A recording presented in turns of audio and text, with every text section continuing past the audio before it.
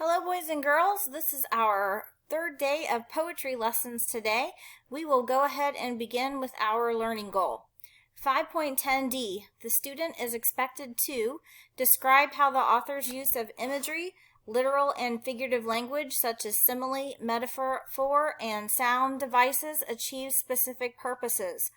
Your success criteria.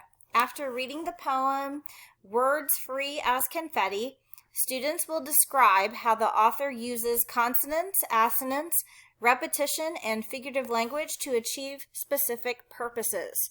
So let's take a look at the poem we're going to read today. It's called Words Free as Confetti. And just to kind of review a little bit about what we've been talking about this week, assonance and consonants are repetition of sound.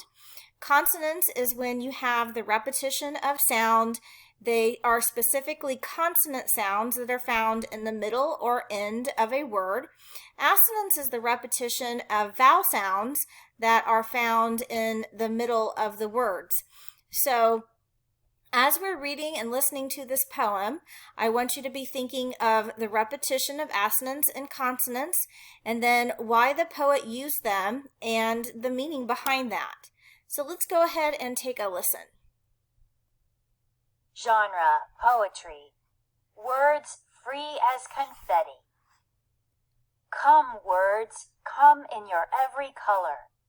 I'll toss you in storm or breeze. I'll say you, taste you sweet as plump plums, bitter as old lemons. I'll sniff you, words, warm as almonds or tart as apple red. Feel you green and soft as new grass, lightweight as dandelion plumes, or thorn gray as cactus, heavy as black cement, cold blue as icicles, warm as Abuelita's yellow lap. I'll hear you, words, loud as sea roars, purple crash, hushed as gatitos curled in sleep, as the last gold lullaby.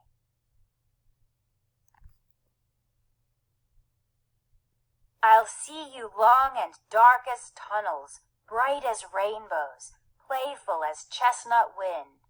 I'll watch you, words, rise and dance and spin. I'll say you, in English, in Spanish. I'll find you, hold you, toss you. I'm free too. I say, yo soy libre. I am free, free, free, free as confetti. Pat Mora. All right, very good. So first let's take a look over at this stanza here, and let's look at the line that says, let's see where to go, feel you green. So we have, what do we have here? Is this assonance or is this consonants? Feel you green. Remember, in order to have one, you have to have two or more words that have a repetition of that sound. So feel and green both have the repetition of the long E sound. So that would definitely be assonance, long E sound. And then if you look down here where we say, I'll hear your words loud as sea roars, purple crash and hushed. So we have the crash, the sh sound, and the hushed sound. So that's that repetition of the two, the S and the H sound, the sh sound. So that would be consonants there. So we have to think and say, why would the poet do that? Purple crash, hushed. Well, they definitely want to emphasize those sounds. I'll hear you, words loud as sea roars, purple crash, hushed as gatitos curled in sleep. So that would be as kittens are curled up in their sleep. Purple crash, hushed. So as the last gold lullaby. So this poem is about what? Yes, it's about words and how they're celebrating words. What kind of poem is it? Is it a rhyming poem? Is it a narrative poem? Well, or is it a free verse poem? It is one that doesn't follow the rules, so we would say that it's free verse. And let's listen to a little bit of background knowledge here. Words free as confetti and dreams. These are poems about ways people express that something is important to them. One poem is a free verse poem that expresses the poet's thoughts and feelings about language. It does not include a pattern of words that rhyme. The other poem is a lyric poem that expresses the poet's feelings about dreams. It includes a pattern of words that rhyme. Words free. Okay, so we listened to the first poem here, and again, they said that it's something that is important to them. It's free verse and expresses the poet's thoughts and feelings about language. It does not include a pattern of words that rhyme, and so that's what they're telling us about this poem right here. So that's important too. And if you get over on the other side here, we have lots of repetition, and it's very powerful how the poet has gone into 3 words and then 2 words, and saying that those words are, they want to be free with their words, just like they're being free verse with the poem.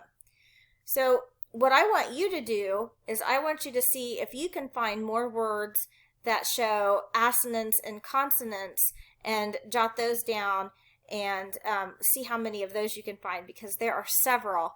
I also want you to look and see if you can find some examples of similes and metaphors, because there are several of those. They are comparing the words to many different things in here. And remember, the direct comparison is a metaphor, and then a comparison using like or as is a simile.